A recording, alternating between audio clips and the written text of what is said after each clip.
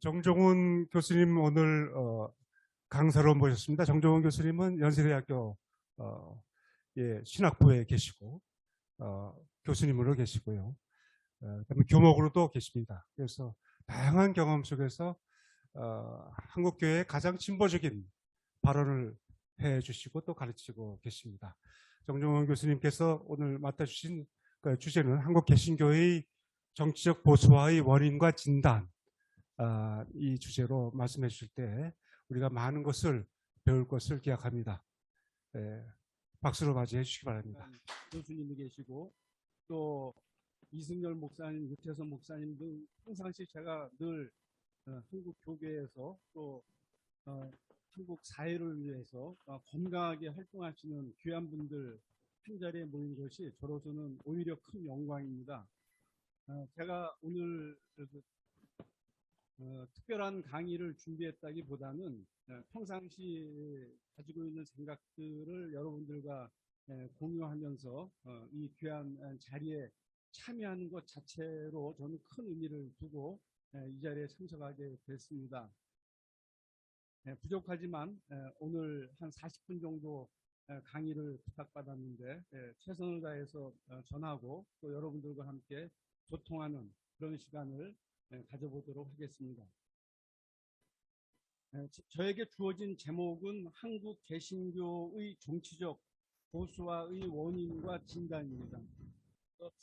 이 개신교를 개신교회로 바꿀까 그때 여러 가지로 생각을 하다가 그대로 주어진 제목 그대로 존중해서 강의를 준비를 했습니다. 제가 이제 PPT를 준비를 했는데요. 여러분들 PPT를 따라 보시면서 제 이야기를 들으시면 될 것 같습니다. 지금 첫 장면을 보시면 한국 개신교가 또는 한국 교회가 서울 시내에 얼마나 많은지 여러분들이 한눈에 보실 수 있을 것입니다. 저는 교회의 이 다양한 야밤에 보이는 이 수많은 십자가들 이것을 볼 때 마음이 아릴 때가 참 많습니다. 한국 교회가 이렇게 많으니 자랑스럽다 하는 생각보다는 한국 교회가 이렇게 많은데 과연 우리 저에게 주어진 강의 주제가 한국 개신교의 정치적 보수화의 원인과 진단입니다. 제가 얼마나 이 주제를 소화해낼지 그것은 잘 모르겠지만 저로서는 저의 지금까지의 삶의 경험과 또 저의 신앙과 저의 신학을 총망라해서 하여튼 이 제목을 소화하려고 노력했습니다. 부족하지만 여러분들이 함께 동참해 주시면 좋겠고 저에게 주어진 시간이 40분 정도 되는데 40분 동안 농축해서 말씀을 드리겠고 그리고 남은 시간 여러분들과 소통하는 시간을 갖도록 그렇게 하겠습니다. 첫 장면을 보시면 서울 시내의 어느 한 장면이 포착되어 있습니다. 굉장히 많은 교회가 한눈에 들어오죠. 저는 야밤에 서울 좀 높은 지역에 올라가서 수많은 십자가를 바라보면서 참 자랑스럽다 이런 생각을 하지 못하고 있습니다. 제가 신심이 부족해서 그런 부분도 있지만 한국 교회가 한국 사회에서 정말 빛과 소금으로 자기 역할을 제대로 감당한다고 하면 이 십자가가 굉장히 자랑스러운 십자가가 될 텐데 그리하지 못한 현실이 저로 하여금 부끄럽게 하는 것 같습니다. 지금 세상에 안티크리스찬들은 한국 개신교에 대해서 굉장히 부정적으로 평가를 합니다. 부정적으로 평가하는 정도가 아니라 아주 시니컬하죠. 아주 신랄합니다. 그 내용을 들으면 섬뜩섬뜩합니다. 인터넷에 들어가시면은 안티크리스찬 사이트들이 적지 않게 있습니다. 그래서 저도 몇 군데를 이제 둘러보고 주로 어떤 비판을 하고 있는지 제가 몇 가지로 추려봤습니다. 첫 번째는 한국 개신교는 예수천당, 불신지옥 이 말처럼 매우 공격적인 선교로 폭력을 행사하는 사람들의 집단이라고 그렇게 비판하고 있습니다. 제가 우리 학생들, 연세대학교 학생들과 강의하면서 기독교에 대해서 어떻게 생각하느냐라고 할 때 제일 먼저 언급하는 내용 중에 하나가 바로 예수천당 불신지옥입니다. 근데 이 예수천당 불신지옥이란 말이 호감을 주기보다는 상당히 한국 교회에 대한 거부감을 주는 그런 메시지라고 그렇게 이야기를 합니다. 사실 듣고 싶지 않은 이야기를 아주 강제적으로 사거리에서도 또 지하철 안에서도 그것도 아주 나긋나긋한 목소리가 아니라 아주 혐오스러운 그런 감정이 들 만큼 그런 목소리로 이야기할 때 이들은 오히려 한국교회에 대해서 강한 반감을 갖게 되고 한국교회에 대해서 호의적이려 그 마음조차도 닫아버리는 그런 경우가 많다라는 그런 이야기입니다. 또 한국교회는요, 사찰이 무너지라 기도하고 불상의 십자가를 그리는 아주 비상식적이고 무도한 사람들의 그러한 집단으로서 평가를 하는 것을 볼 수가 있습니다. 제 후배 중에 손원영 교수라고 있습니다. 그 불상 훼손 때 이제 기독교 신학자로서 그냥 지나치는 것이 자기 양심상 허락하지 않아서 이제 모금을 했죠. 그래서 모금한 것을 가지고 작게라도 이제 그분들에게 사죄하는 마음을 표현하고자 했는데 그것이 그만 그가 속한 서울기독대학에서 이단으로 평가를 받게 되고 그래서 결국은 학교에서 쫓겨나고 그래서 이제 그것을 다시 회복하기 위해서 엄청나게 이제 법정 투쟁을 하다가 최근에 이제 복귀하게 됐는데 지금 그 학교가 부도나기 직전이랍니다. 이제 그런 상황이죠. 그러니까 이웃 종교와 함께 대화할 수 없는 전혀 무도한 그러한 사람들의 집단이 바로 지금 한국 교회로 안티크리스찬들에게 평가되고 있다라는 이야기입니다. 뿐만 아니라 한국 개신교에 대해서 맹목적으로 아멘하면서 무비판적으로 순종하는 문외아의 사람들로 모인 집단이라고 또 비판을 합니다. 그러니까 아무 생각 없이 아멘하는 거예요. 우리가 신학적으로 아멘을 이야기할 때는 이제 몇 가지 의미가 있지 않습니까?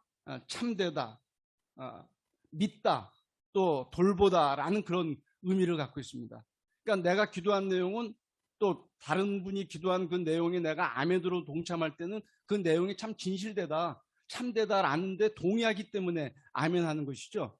그리고 내가 기도한 내용을 하나님 아버지께서 인도해 주실 것이다 라는 것을 믿기 때문에 아멘하는 겁니다. 그리고 또 하나는 내가 기도한 그 내용 또는 다른 분이 기도한 그 내용에 대해서 책임 있게 내가 돌보겠다 이런 마음이 전제될 때 아멘할 수 있는 겁니다. 근데 한국 개신교의 상황을 보면 아무 의미 없는 메시지에도 아멘하고 소리 지르거든요. 그건 한마디로 이 안티크리스찬들이 볼 때는 뇌가 없는, 생각하지 않는 집단이라는 겁니다. 그렇게 이제 비판하는 것을 볼 수가 있습니다. 또 종교의 이름으로 자신들의 배만 살찌우려는 사람들로서 공공기관인 교회를 사유재산처럼 세습하는 사람들의 집단, 뭐 그렇게도 비판합니다.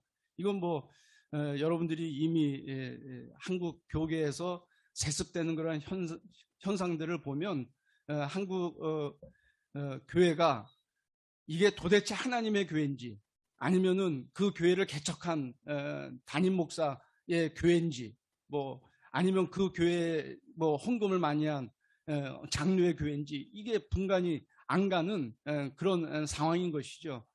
굉장히 사유화돼 버린 그러한 현실. 그리고 이것이 지금 한국 교회에서 상당히 보편화되려는 그런 조짐이 있습니다. 그래서 참 안타까운 현실인데 안티크리스찬들은 이런 부분들에 대해서 간과하지 않는 것을 볼 수가 있습니다. 또 안티크리스찬들이 비판하는 것 중에 하나는 말만 잘하는 실로암적인 사람들의 집단, 이렇게 비판합니다. 실로암적인 집단이라는 거예요. 전 처음에 이 문구를 봤을 때는 실로암이 어떤 것입니까? 날 때부터 시각장애인이 이제 예수님을 만나서 이제 실로암에 가서 눈을 씻어라 했을 때 눈이 띄인 곳이 실로암입니다. 그래서 저는 다른 맥락과 달리 왜 실로암이라고 했을까 굉장히 의아했습니다. 그런데 자세히 보니까 실로 띄고 암적인 사람들입니다. 그러니까 암이란 게 어떤 질병이에요? 이게 상당히 두려운 질병 아닙니까?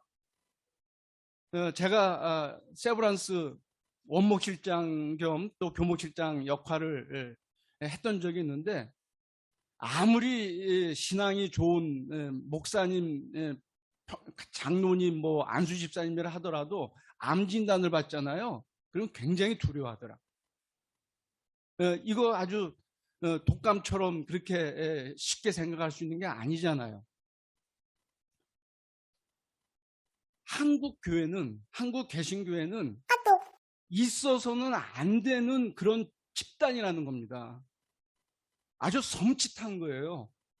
저는 호의적으로 이 사람들이 이렇게도 평가하나 이렇게 생각했다가 띄어쓰기 제가 잘못 읽은 것을 확인하고 나서는 아주 경악했던 부분입니다.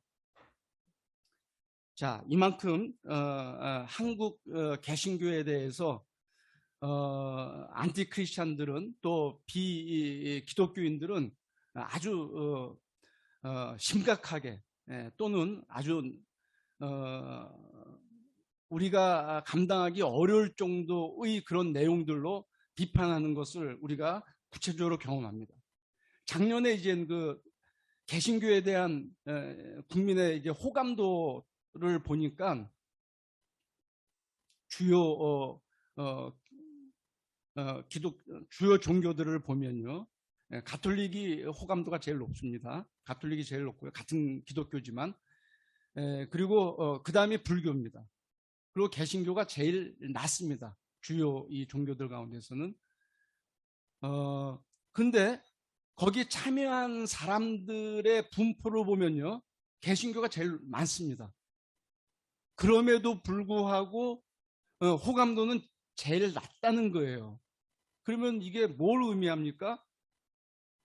호감을 갖고 있는 사람들은 겨우 개신교인들 일부라는 이야기예요.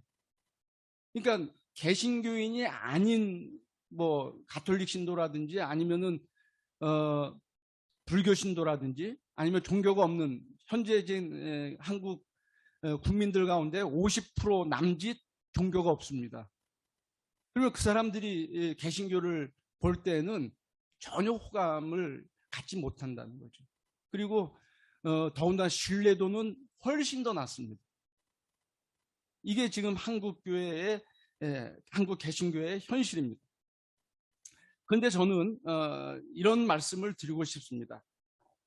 세상이 또는 안티크리스찬들이 개신교에 대해서 이렇게 심각하게 비판하는 배경에는 그래도 개신교에 대해서 기대하는 게 있다. 기대하는 것이 있으니 비판을 하지 아예 기대하는 게 없다고 하면은 무관심, 아예 무관심의 영역에 둬버리지 않을까, 그런 생각을 하고 있습니다. 그런 점에서 아직 비판하고 있으니, 아직 우리가 비판을 받고 있으니 우리가 방향을 돌이키기만 한다고 하면 우리는 아직 기회가 있구나, 이런 생각을 갖게 되는 것입니다. 자, 그렇다면은 우리 한국 개신교회, 초창기 한국 개신교회는 어땠는가 뭐 우리가 너무나 잘 아는 부분이지만 간단히 제 논지를 전개하기 위해서 간단히 살펴보도록 그렇게 하겠습니다. 1884년에 알렌 선교사가 이제 의료 선교사로 이제 내한하죠. 그리고 1885년 4월 달에 언더우드와 아펜셀러 두 목사가 이제 목회자 선교사로서 이제 내한을 합니다. 그분들의 내한 이후로 한국 개신교는 의료 부분, 교육 부분, 사회 복지 부분, 문화 등 삶의 모든 측면에서 우리 척박한 조선 땅을 살맛나게 하는 그런 활력소이자 희망이었던 것을 우리는 알고 있습니다. 제가 지난주죠.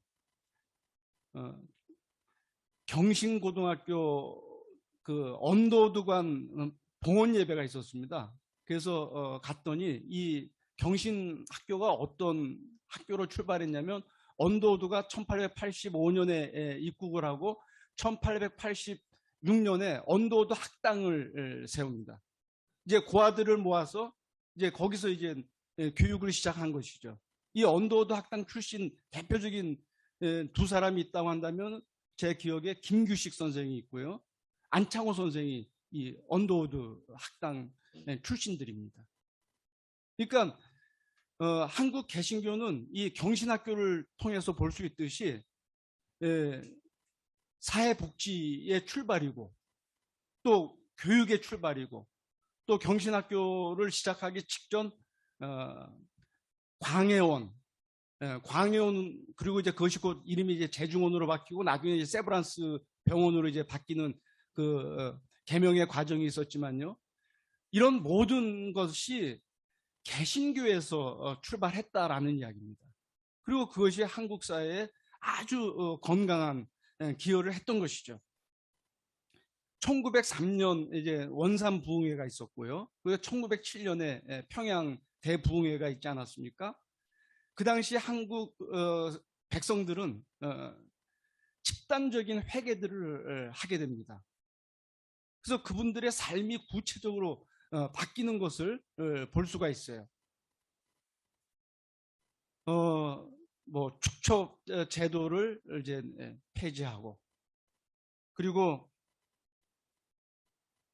노름을 금지하고 또 패가망신하게 만드는 술, 담배를 이제 금지하고 그리고 양반과 상놈의 이 신분을 철폐하는데 앞장섰던 것이 바로 한국 개신교의 초창기 역사의 모습입니다.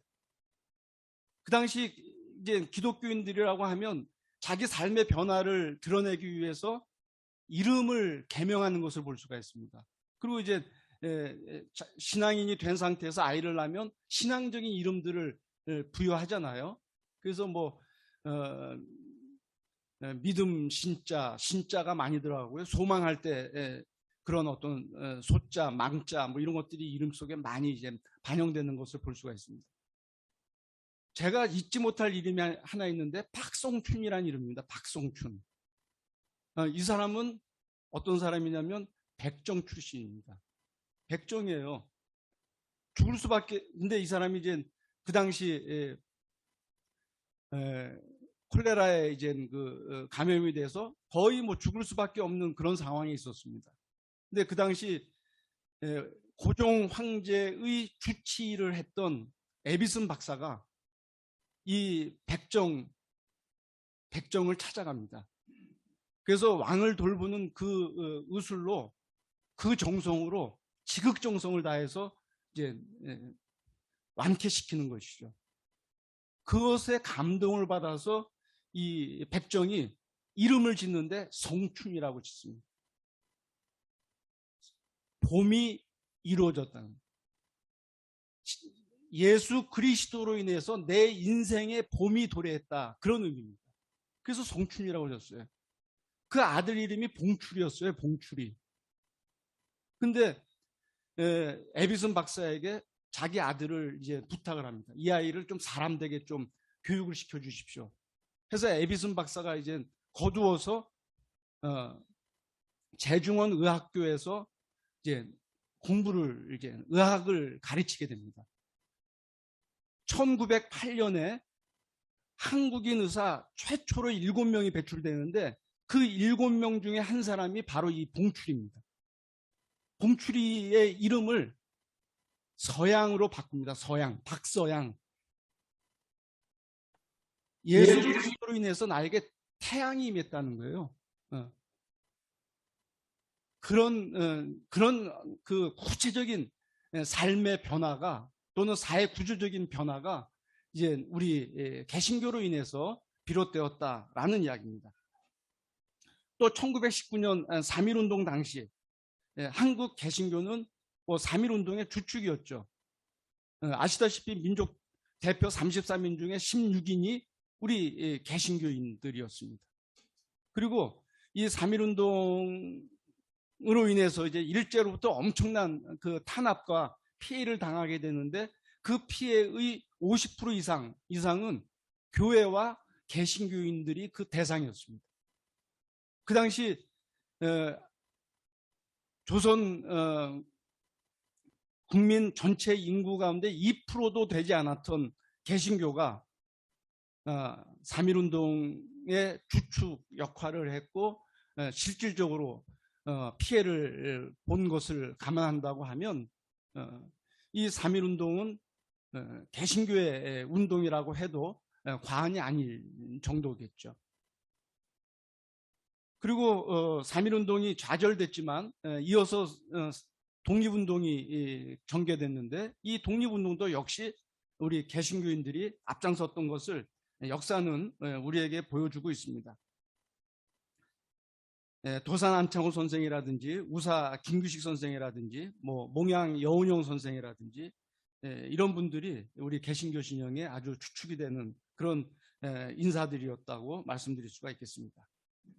또 선교사와 우리 개신교 선각자들은 YMCA, YWC 등 청년 조직을 만들었고 또 농촌 계몽운동, 사회개혁운동을 일으키는데 앞장섰습니다. 이승훈 장로 같은 경우는 오산학교를 세웠고요. 조만식 장로는 조선 물산 장로운동을 전개했고 또 배민수 목사 같은 경우는 삼해정신을 실천하면서 또 농민과 농촌 그리고 한국 사회 전체를 새롭게 하는 그 일에 기여했던 것입니다. 한국 개신교는 바로 한국의 근현대사를 이끄는 선봉이었다 해도 과언이 아닌 것이죠. 이제라도 한국 개신교와 그리스도인들은 한국 개신교 초창기의 이 순수했던 모습과 열정을 이제 회복할 필요가 있습니다. 그리고 그것을 계승하고 더욱 발전시켜야 할 책무가 우리에게 부과되어 있다. 이렇게 말씀드릴 수 있겠습니다. 자, 그렇다면 이제 오늘 본론으로 들어가도록 그렇게 하겠습니다. 정치적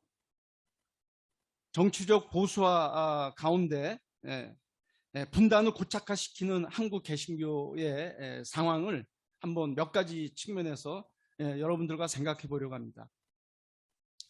첫째는 일제의 패망에도 불구하고 미소 강대국에 의해서 강요되었던 분단은 국토 분단에서 민족 분단으로 또 민족 분단은 한국 전쟁으로 또 한국 전쟁은 삶의 전방위적인 왜곡으로 이어졌던 것을 역사는 우리에게 보여줍니다. 우리가 실질적으로 해방을 누린 날은 며칠 되질 않죠. 한 16일 됩니까? 8월 15일 날 일제가 이제 무조건 항복하고 그러면서 우리에게 광복이 도래했는데 9월 9일 45년 9월 9일 미 군정이 미 국기를 이제 조선 총독부 건물 앞에 이제 개항하면서 이제 사실상 우리의 독립은 그것으로 종지부가 끝난 것이죠. 한 10여일 정도, 10여일 정도 우리는 잠시 동안 해방의 기쁨을 누렸고 잠시 동안 광복을 위해서 노력했는데 모든 것이 그것으로 이제 중단돼 버린 그런 안타까움이 있습니다. 여전히 우리는 그 이후에 그 분단으로 인한 영향권에서 벗어나지 못하고 지금까지 이어지고 있습니다. 또 두 번째로 한국 개신교는 일제시대의 부끄러운 잔재를 제대로 청산하지를 못했고 심지어 변명하거나 미화해 온 그런 부끄러운 부분이 있습니다. 사실 일제 청산할 때 가장 많이 나오는 이야기 중에 하나가 이제 그 신사참배인데, 그 신사참배는 우리가 청산해야 할 부분 중에 극히 일부분인 것이죠. 우리 한국 개신교회는 일제 말 신앙 인격을 포기했고, 또 교회의 정체성을 포기했고, 전쟁을 찬양하고 고무하고, 심지어는 전쟁 물자를 자발적으로 지원한 그런 부끄러움이 일제시대 때 분단 가운데서 일제 직후 이제 분단 가운데서 있었던 것이죠. 그러니까 우리가 일제시대를 제대로 청산했다고 하면 아마 보다 더 선명한 한국 개신교회가 자리 잡을 수가 있었을 겁니다. 독일 교회를 보면요, 독일 교회가 1945년 5월 8일에 이제 그 독일이 이제 패망하면서, 그러면서 이제 연합국에 의해서 이제 그 분할 점령이 되는데, 그러나 그 분할 점령된 군정 상황에서 독일 교회는 슈투트가르트 죄책 고백문을 비롯해서 전적으로 히틀러 정권 당시의 독일 교회와 결별하고, 그나마 독일 교회에 대해서 저항했던 고백교회의 전통을 계승했던 것을 이제 볼 수가 있습니다. 그러면서 독일이 동서독으로 분단되는 상황 속에서도 독일 교회는 여전히 그 중심에서 양쪽의 교량 역할을 해왔고, 결국에는 통일을 이끄는 초석이 됐던 것을 우리가 볼 수가 있습니다. 이게 일제를 철저히 청산하지 못한 우리의 어떤 그 과오가 여전히 한국 개신교회 속에 머물고 있는 현상이 아니겠는가 생각할 수가 있겠습니다. 또 세 번째로 한국 개신교는 빨갱이 이데올로기에 쉽게 편승했고 아직도 그 상태에 머물러 있다라는 것입니다. 이승만 정권이 이승만 씨가 이제 정권을 잡기 위해서 친일 세력을 파트너로 삼고, 그러면서 일제의 잔재를 척결할 수 있는 기회를 상실했고, 또 이승만 정권의 야합한 일제 잔재 세력들이 자기들이 살아남기 위한 어떤 그 기회를 이제 빨갱이 이데올로기를 통해서 찾았던 것이죠. 그런데 이 빨갱이 이데올로기에 대해서 한국 개신교도 같이 편승했던 것. 하나님은 사실 어떤 이데올로기 속에도 매몰되지 않는 그런 분이죠. 하나님은 좌파도 아니고 우파도 아닙니다. 하나님은 하나님인 것이죠.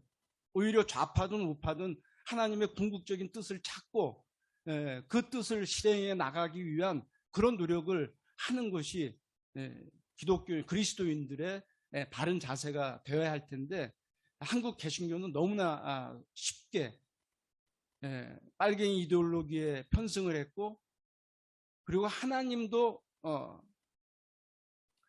우파의 하나님인 것처럼 그렇게 이제 매도해버리는 그런 우를 범했다고 말할 수가 있겠습니다. 제주 4.3 사건 당시에 제일 먼저 제주도에 들어갔던 외부 세력이 누구냐? 여러분들이 잘 아시다시피 서북청년단입니다. 이 서북청년단은 북한에서 이제 남북이 분단되고 이제 북한의 이제 소위 말해서 공산주의 정권이 이제 수립되는 그런 와중에 이제 월남한 분들이 주축이 돼서 영락교회 청년부 회원들이 주축이 돼서 만든 것이 서북청년단입니다. 근데 4.3이 일어났을 때 4.3을 일방적으로 빨갱이들의 어떤 한 거로 그렇게 이제 그 취급을 하면서 반대자들을 폭도로 매도하기도 하고 또 빨갱이의 아류로 이제 매도하기도 하고 하면서 이제 수만 명을 이제 학살하는 그 일에 앞장섰던 것이 바로 이 서북청년단이고, 이 서북청년단의 배경은 바로 한국 개신교다 하는 것을 볼 수가 있고, 여전히 그 여파는 우리 한국 개신교와 한국 사회 속에 남아있다라는 이야기입니다. 또 한국 개신교는 독재 정권, 극우 정당과의 밀어를 통해서 자기 이익을 추구했고, 반대급부로 이 보수적인 정치인들, 이 극우 정치인들의 관심과 권력을 공고히 하는데 조력했다라는 것입니다. 그러니까 이 박정희 정권에서도 이제 한국 개신교의 아주 보수적인 그런 인사들과 기브앤테이크를 했던 것이죠. 그러니까 박정희 대통령을 위한 국가 조찬기도회, 처음엔 그게 대통령을 위한 조찬기도회로 시작했던 겁니다. 그러다가 이제 어느 시점에 이제 국가 조찬기도회로 이제 이름이 바뀌었는데, 한국 개신교가 독재자를 축복하기 위해서 시작했던 기도회입니다. 그리고 전두환이 12.12 쿠데타를 일으키고 5.18을 일으킨 직후에도 한국 개신교의 주요 인사들은 롯데호텔에서 전두환 장군을 위한 조찬기도회를 했던 적이 있습니다. 참 이게 부끄러운 흑역사입니다. 1988년도 우리 한국 기독교 교회협의회, 우리 여기 이삼열 교수님도 계시지만요, 그 당시 민족의 통일과 평화에 대한 한국 기독교의 선언을 한국 기독교 교회 협의회가 이제 그 연동교회에서 발표하지 않습니까?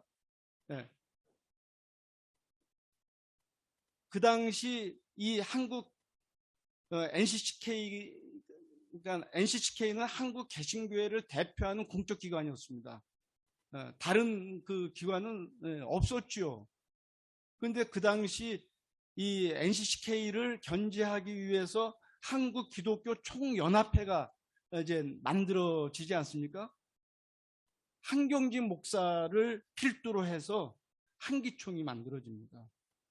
그게 1989년도 이야기입니다.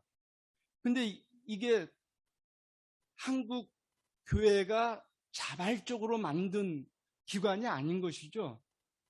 아직도 그 부분이 공공연하게 드러나지는 않고 있는데, 그 당시 안기부, 그 당시 안기부의 자금을 기초로 해서 한기총을 만들었다고 하는 것입니다. 그러니까 한국 개신교는 이 독재자와 공생공존했던 것을 역사가 우리에게 보여주고 있는 그런 부분이라고 말씀드릴 수가 있겠습니다. 물론 민주사회에서 정치와 종교는 분리되는 게 맞습니다. 그러나 정치가 왜곡되었을 때, 정치가 국민의 어떤 그 인권과 생명, 재산, 민주주의를 억압하고 왜곡할 때 예언자적인 역할을 감당해야 되는 것, 이거는 교회의 당연한 의무인 것이죠.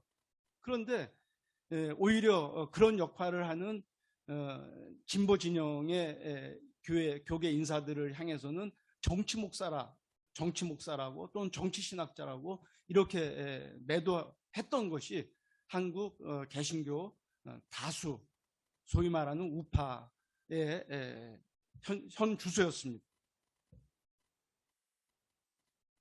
최근에 한국 개신교는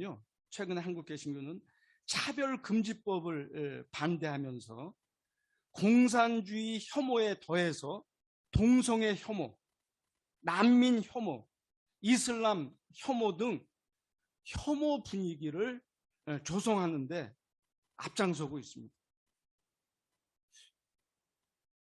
기독교의 기본 정신이라는 것은 약자를 포용하고 또 필요하면 약자를 대변하고 그리고 약자들의 삶을 살아갈 만한 삶의 조건으로 백업해주는 그것이 우리 그리스도인들의 역할이고 또 교회의 책임인데 그러질 않고 있는 것이죠. 그러니까 요즘 뭐 빨갱이 이데올로기가 완전히 사라진 건 아니에요. 근데 상당히 약발이 지금 떨어지고 있지 않습니까? 약발이 떨어지다 보니까 그것을 대체할 수 있는 다른 게 필요한 거예요. 그래서 그 대체된 것이 지금 한국 개신교 상황에서는 바로 이제 동성애 부분입니다. 동성애 부분. 그러니까 지금 뭐 난민, 이슬람 부분은 이제 조금 변방에 있고요. 동성애를 아주 집요하게 지금 문제 삼고 있는 것이죠. 그 누구도 차별해서는 안 된다는, 모든 인간은 예외 없이 하나님의 형상으로 지음받았다는 성서의 선언이 있고 바로 그 하나님의 형상으로부터 보편 인권이 사실은 출발했다고 해도 과언이 아닌데 우리 한국교회는 이 보편 인권을 오히려 거부하는 그런 상황 속에 있다라는 이야기입니다. 이제 오늘 주제의 핵심 부분으로 들어가 보려고 합니다. 한국 개신교는요, 한국 개신교의 이런 보수화 상황 이면에는 무슨 문제가 있느냐? 그것은 근본주의, 신학적으로는 근본주의, 교회적으로는 개교회주의, 그리고 어떤 설교 메시지의 내용을 보면 삼박자 구원, 구복적인 삼박자 구원, 그리고 교계 지도자들 측면에서 본다고 하면 바로 이 교회 지도자들의 이 정치적인 욕망, 이런 것들이 한국 개신교회 보수화의 그 중심에 아주 따리를 틀고 있다. 이렇게 저는 말씀드리고 싶습니다. 근본주의의 문제는 뭐냐면 하나님의 말씀에 비추어서 현실을 해석해야 하는데 왜곡된 현실의 틀로서 하나님의 말씀을 꿰어 맞추는 우를 범하는 것이죠. 그러니까 자기들이 만들어낸 어떤 핵심적인 이념을, 절대로 양보할 수 없는 이념을 성경에 투사해서 그것을 오히려 강화하고 반증하는 것을 볼 수가 있습니다. 그러니까 하나님의 말씀을 전체적으로 살피지를 않아요. 또 하나님의 궁극적인 어떤 그 뜻이 어디에 있는가, 하나님의 나라는 지금 여기에서 어떻게 이루어져야 돼, 그런 질문을 하질 않습니다. 그러니까 지금 여기에서 하나님 나라는 존재하지 않죠. 죽어서 가는 그 내세의 하나님의 나라, 천국만 존재하는 것이죠. 그래서 이 근본주의는 하나님의 말씀으로 현실을 보지 못하고 현실을 하나님의 말씀에, 그것도 왜곡된 현실, 자기들이 지향하는 현실을 꿰어 맞춰서 하나님의 말씀을 해석하는 우를 범하는, 이 결정적인 우를 범하고 있다, 이렇게 말씀드릴 수가 있겠습니다. 개교회주의는요, 개교회주의는 하나님의 교회보다도 개교회의 성장을 중시합니다. 사실 교회의 덕목이라는 것은 성장, 경쟁, 이것이 교회의 덕목이 아닙니다. 어떻게 하면 하나님의 나라를 보다 더 효율적으로 확장할 것이냐, 또 하나님의 나라를 이 땅에 이루기 위해서 어떻게 우리가 일치하고 협력할 것이냐, 이게 이제 교회의 본분인 것이죠. 예수 그리스도, 머리된 예수 그리스도의 몸된 지체 아니겠습니까? 근데 머리는 떼어버리고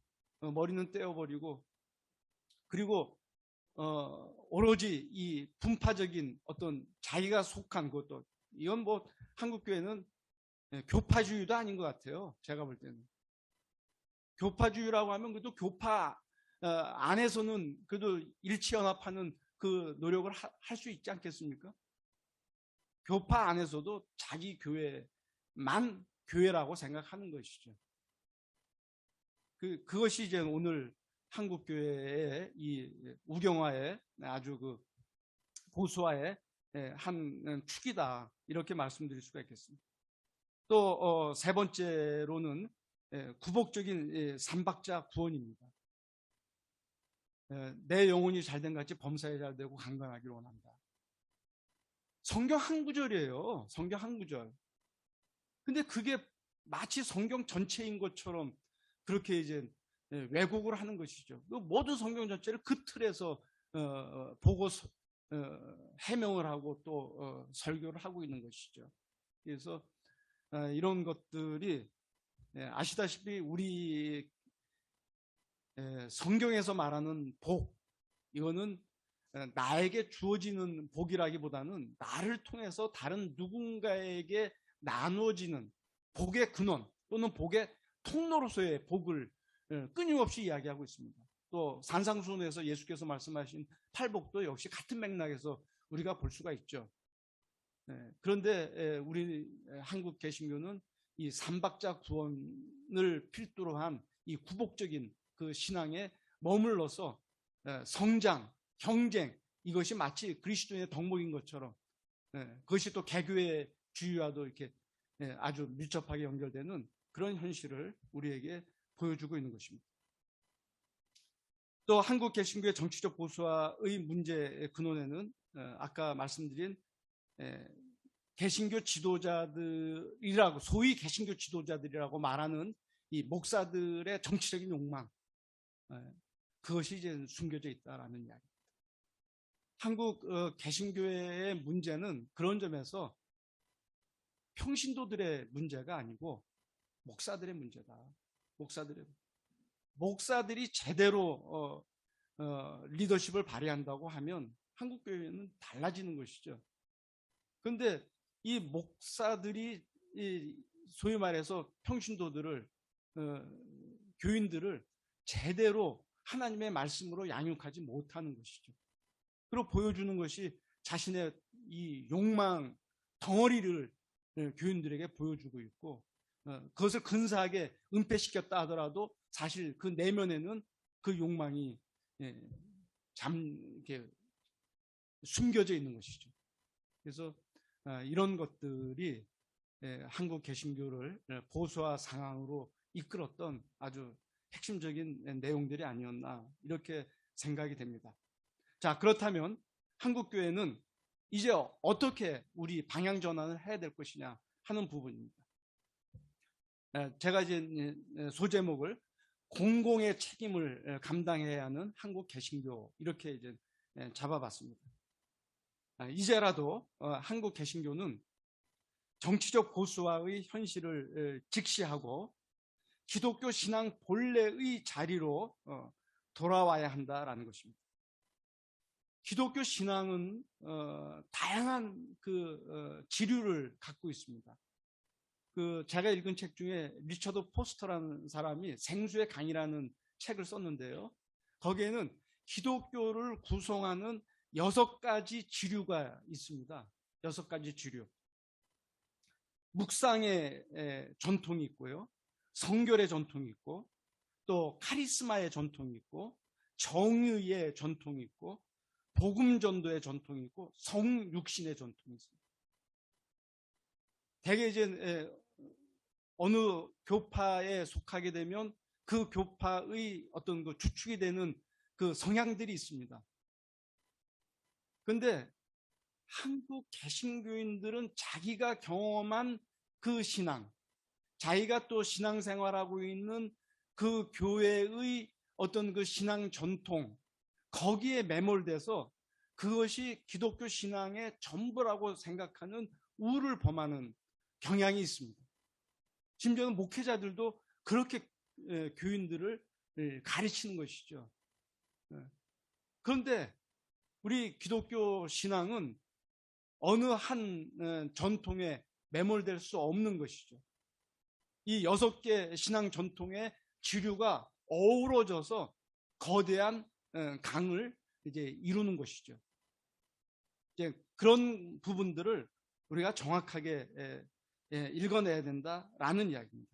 그러니까 우리 신앙의 근본, 그리스도 신앙의 근본으로 돌아가는 것, 이게 이제 급선무다라는 이야기입니다. 저는요, 개인적으로 공공의 책임을 감당하기 위해서 무엇보다도 우리가 흔히 말하는 신앙생활의 틀에서 생활신앙의 틀로 바꾸어야 된다라고 생각합니다. 우리가 생활신앙이란 말을 잘 쓰지 않습니다.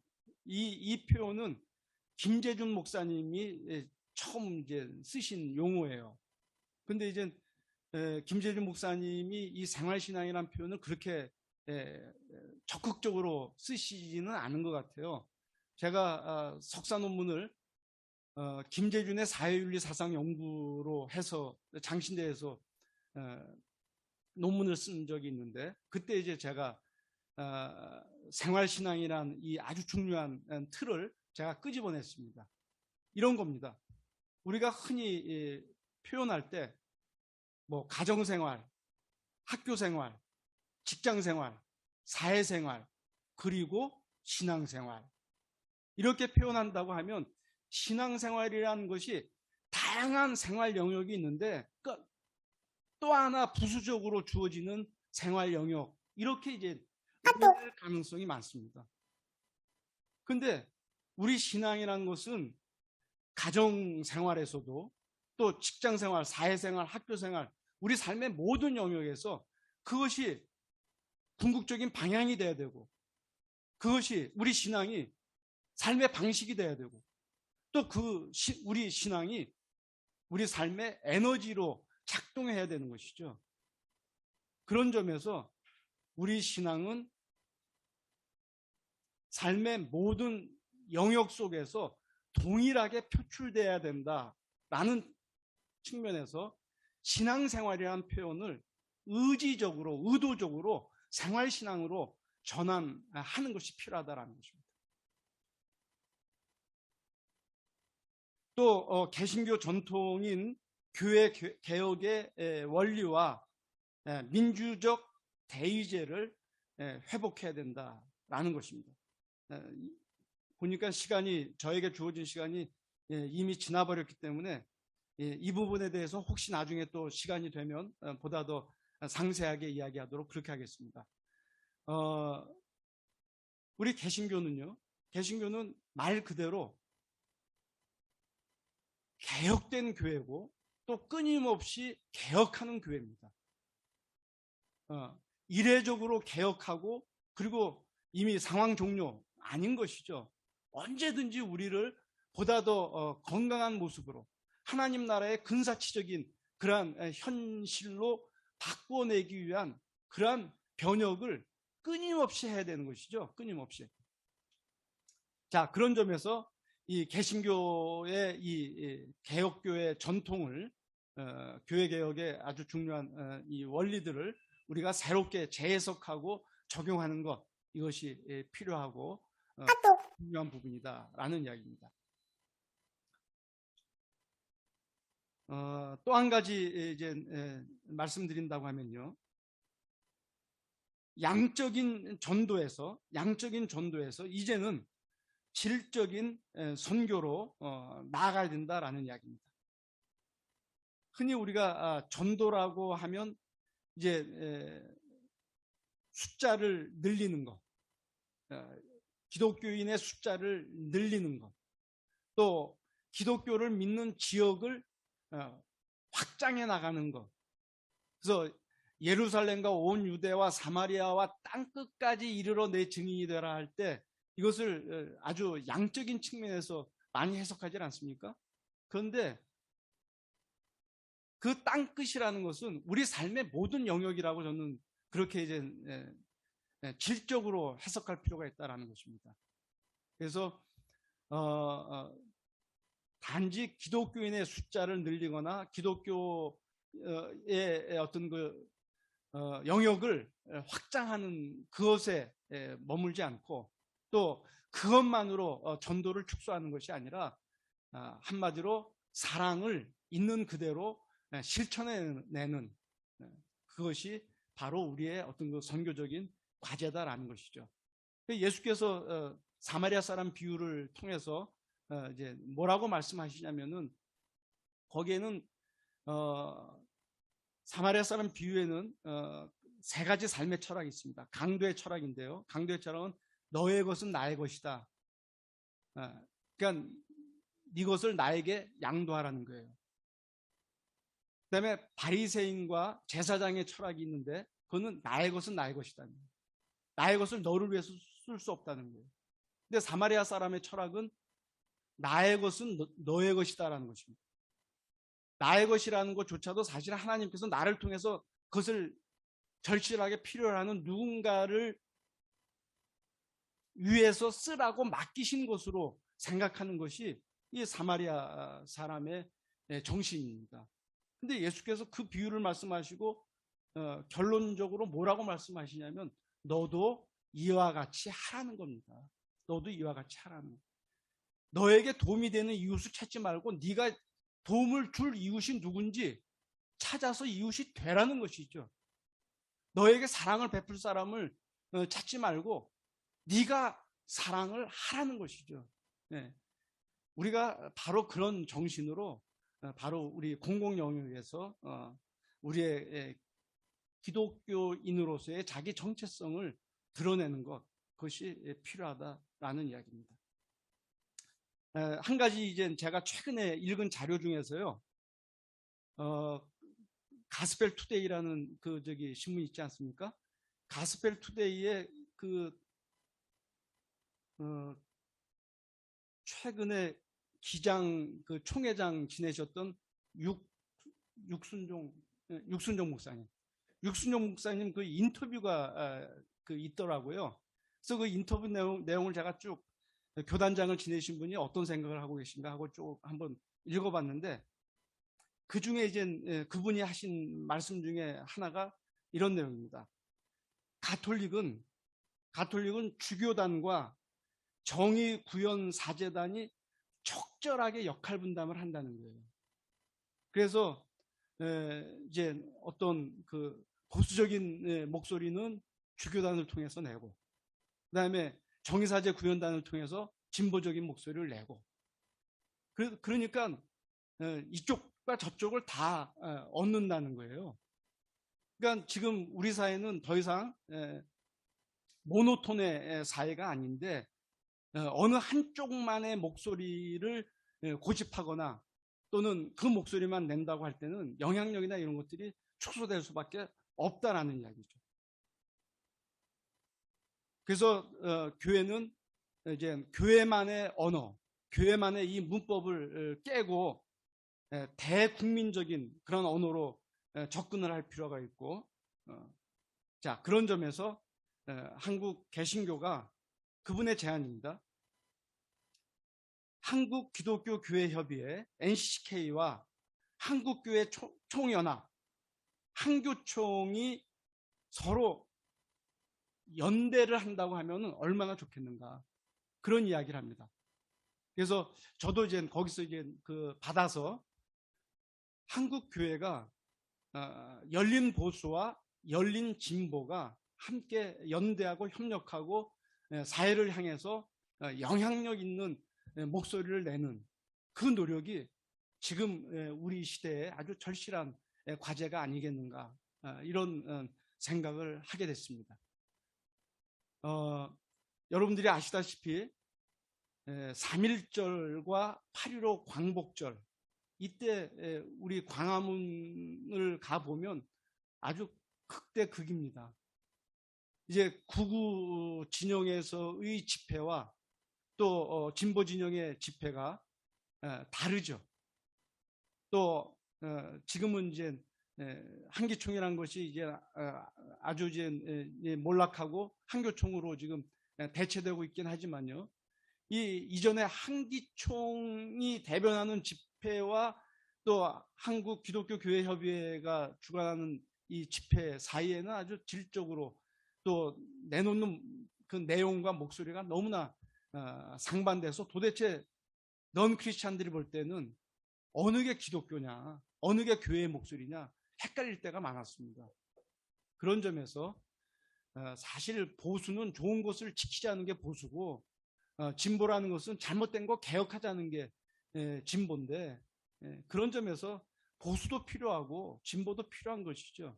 근데 지금 우리는 너무 진영 논리에 매몰돼서 아예 자기 진영이 아닌 다른 진영의 목소리는 처음부터 귀를 닫아버리고 외면하는 이런 우를 범하고 있는 안타까운 현실인데요. 이제라도 우리가 보수는 보수대로, 진보는 진보대로 자기 역할이 있다라는 것을 기억하면서 연대하고 협력하는 그런 노력이 우리에게 필요하고, 그것이 우리 공공사회에서 아주 긍정적인 역할을 할 수 있지 않을까, 그런 말씀을 드리고 싶습니다. 마지막 한 가지만 더 추가하고 끝내도록 하겠습니다. 지금 현대사회는 다종교사회입니다. 다종교사회. 다행스럽게도 서구사회는 기독교 사회로 희귀화됐던 사회이지만 우리 한국 사회는 오랜 동안 종교 간의 어떤 그 긴장, 갈등, 대립, 전쟁 이런 것이 없었습니다. 모든 종교가 들어오면 정착할 수 있는 상당히 어떤 심성이 좋은 종교적인 심성을 갖고 있는 그런 어떤 그 민족인 것이죠. 그런데 이 개신교가 예수천당 불신족의 컨셉을 갖고 아주 배타적인 그러한 어떤 그 종교로서의 어떤 그 자리매김으로 인해서 종교 간의 긴장 갈등들이 이제 형성되고 있지 않습니까? 그래서 그런 차원에서 이제는 우리가 다종교 사회인 것을 인정하고 공공선을 이루기 위해서 또 보편적인 어떤 그 이익을 도모하기 위해서 이웃 종교와도 협력하고 연대하는 그런 노력, 그것이 우리에게 필요하다라는 것입니다. 더 이상 배타적인 태도라든지 뭐 우월적인 태도라든지 상당히 좀 폄하시키는 그런 그 포용적인 태도라든지 이런 어떤 그 태도를 떨쳐버리고 다른 이웃 종교들과 당당하게 대화할 수 있는, 그래서 서로 선을 위해서 함께 소통하면서 협력할 수 있는 그런 분위기를 만들어 나간다고 할 때 한국 사회의 이 공공 영역은 보다 더 건실해질 수 있지 않겠는가, 이런 말씀을 드리고 싶습니다. 이제 한국 20대 대통령 선거가 얼마 남지 않았습니다. 20대 대통령 선거에서 한국 개신교가 정치적으로 어떤 역할을 해야 되는지 이 부분에 대해서는 뭐 여러 말씀을 드릴 수가 있는데, 제가 준비한 내용의 그 아젠다 소제목만 읽고 마치도록 그렇게 하겠습니다. 이번 대선에서 한국 개신교는 적폐 세력, 검찰, 사법, 언론, 극우 정당으로 대변되는 바로 이 적폐 세력의 특권층으로 구성된 이 권력의 카르텔을 분쇄하는 그런 어떤 일을 우리가 제대로 감당해야 된다는 이야기죠. 또 지금 특정 정당에서 표를 얻기 위해서 분열을 획책하고 있죠. 이런 분열을 획책하는 세력을 감시하고 성별 간, 세대 간, 계급 간의 조화를 증진하는 그런 일을 우리 개신교회가 도모하고 이번 선거에 아주 중요한 기준으로 삼아야 될 거고요. 또 국민을 섬기는 이 기본 위에다 사회적인 약자들에게 우선적인 관심을 줄 수 있도록 도전하는 일, 이것도 이번 선거 속에 우리가 반영해야 될 부분이고요. 또 이 부분은 뭐 그 누구도 이제 언급한 부분은 아닌데 제가 평상시 가지고 있는 생각 중에 하나인데요. 디아스포라 한인들이 지금 세계 각 나라에 한 200개국에 분산되어 있습니다. 디아스포라 한인들. 그 인구가 한 700만 정도 된다고 해요. 700만 정도. 근데 우리 한국 정부가 이 디아스포라 한인들에 대해서 별로 관심들을 주질 않습니다. 그래서 이 디아스포라 한인들을 품는 거, 이게 저는 굉장히 필요하다고 보고요. 그들의 가능성과 능력을 촉발하고 또 상호 협력과 상호 번영을 도모할 수 있다고 한다면 지금 인구가 계속 줄고 있는 이 현실 속에서 그것을 상쇄하고도 남지 않을까, 이런 생각을 해보는 것입니다.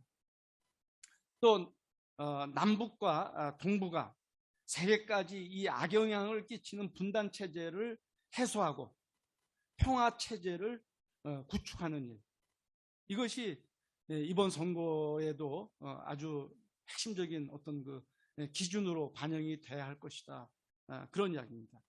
이 일에 기여할 수 있는 후보가 이제 우리 개신교가 지지해야 할 후보인 것이죠. 사실 따지고 본다면요. 그리고 하나님의 창조 질서를 보존하는 일, 특히 지구의 기후 위기를 해소하는 일, 뭐 이것도 하나의 중요한 척도가 될 수 있을 텐데요. 제가 지금 몇 가지, 한 6가지 정도 이번 대선에 우리 개신교가 이 정치적인 역할을 함에 있어서 또 대통령 후보를 선택하고 또 지지하는 일에 있어서 기준으로 삼아야 할 부분들을 말씀드렸는데, 사실 지금 말씀드린 이 몇 가지 아젠다들은 이번 대선에서만 머물 수 없는 그런 아젠다라고 생각이 됩니다. 그래서 이 아젠다는 대선 이후에도 우리가 지속적으로 관심을 갖고 붙잡고 확산시켜야 되는, 또 구체적으로 실현하기 위한 그 대열에 우리 개신교가 참여하는 그런 어떤 그 과제로 설정해야 할 부분이다, 이런 말씀을 드리면서 제 말씀을 마치도록 하겠습니다. 여러분 경청해 주셔서 고맙습니다.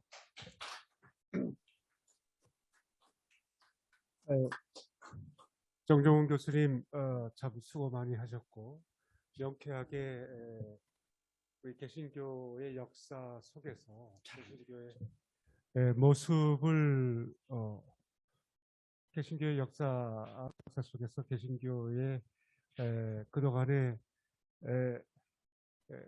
공헌, 그리고 지금은 그 공헌이 아닌 오히려 거꾸로 우리 사회를 지금 잘못 이끌어가는 그 개신교의 문제점들을 파악을 해주셨습니다. 이제 이런 문제들을 가지고 이제 질문과 토론을 좀 해야 될 것 같은데, 이제 몇 분들 질문도 해주시고, 우리 줌에 참가하는 선생님들도 좀 질문하셔서 이 내용이 좀 더 풍부하게 진행되어졌으면 좋겠습니다. 특별히 이번에 이제 선거가 곧 진행되고 있는데, 이 선거를 이렇게 들여다보면은 완전히 종교들의 선거가 아닌가 할 정도로 무교, 무속인들과 또 기독교 보수 진영이 한 정파와 한 후보자를 강력히 밀고 있고, 또 그 외에 또 진보적인 어떤 기독교 그룹들이 힘겹게 또 다른 후보를 밀고 있는 이런 상황 속에서 이 종교들의 전쟁과 같은 느낌이 드는 이런 상황 속에서 우리 정종원 선생님이 이렇게 말씀을 꺼내주셔서 감사합니다. 다시 한번 감사 박수로 좀 격려해 주시고 이제 플로어에다가 맡기겠습니다.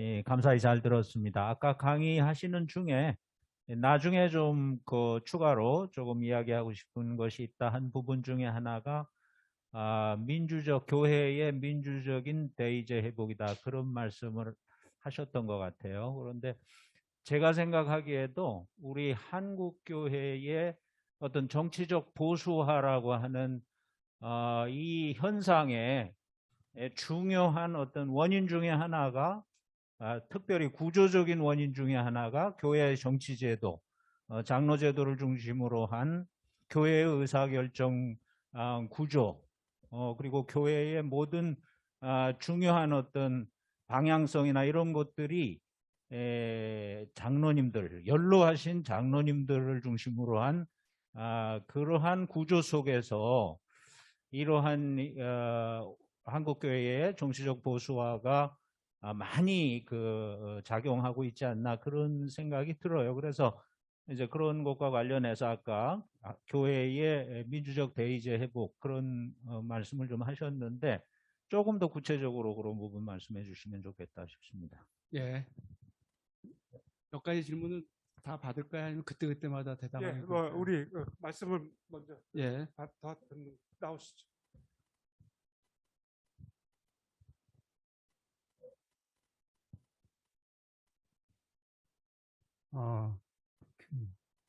한국 교회가 한국 사회에 끼친 그 선한 영향력이 대해서 분명히 말씀이고요. 또 사실 또 우리 선배님들, 저도 뭐 나이가 60이 넘었지만 선배님들이 우리 사회 민주화에 끼친 말할 수 없는 그런 혁혁한 공헌들, 이런 것들을 우리 되돌아보면서 그러면서 이제 21세기에는 한국 교회가 어떻게 목소리를 내고 캠페인을 하고 그 사회에서 어떤 영향이 있을까, 사회에서 마주치는 소원이라도 있을까라는 생각들을 이렇게 하게 됩니다. 그러면서 이제 한국교회가 새로운 그 신앙운동으로 신앙 행동에 나서야 되지 않을까, 이런 생각을 합니다. 구체적으로 제가 개인적으로 하는 사업들인데, 구체적으로 비탄가 운동을 한다든가, 이렇게 우리의 이 내면에 있는 신앙을 행동하고, 아까 말씀하신 생활신앙으로서 그렇게 즉각적인 사람들에게 외부에 보여지고, 또 우리 기독교 신앙의 본질을 이렇게 드러낼 수 있는 그런 것들이 없을까. 저는 개인적으로 이제 곧 비탄감 운동을 시작을 하겠습니다만, 그런 거에 대해서 말씀드리겠습니다. 일단 두 분 코멘트 좀 대답하시죠. 예, 그럴까요? 예, 두 분 좋은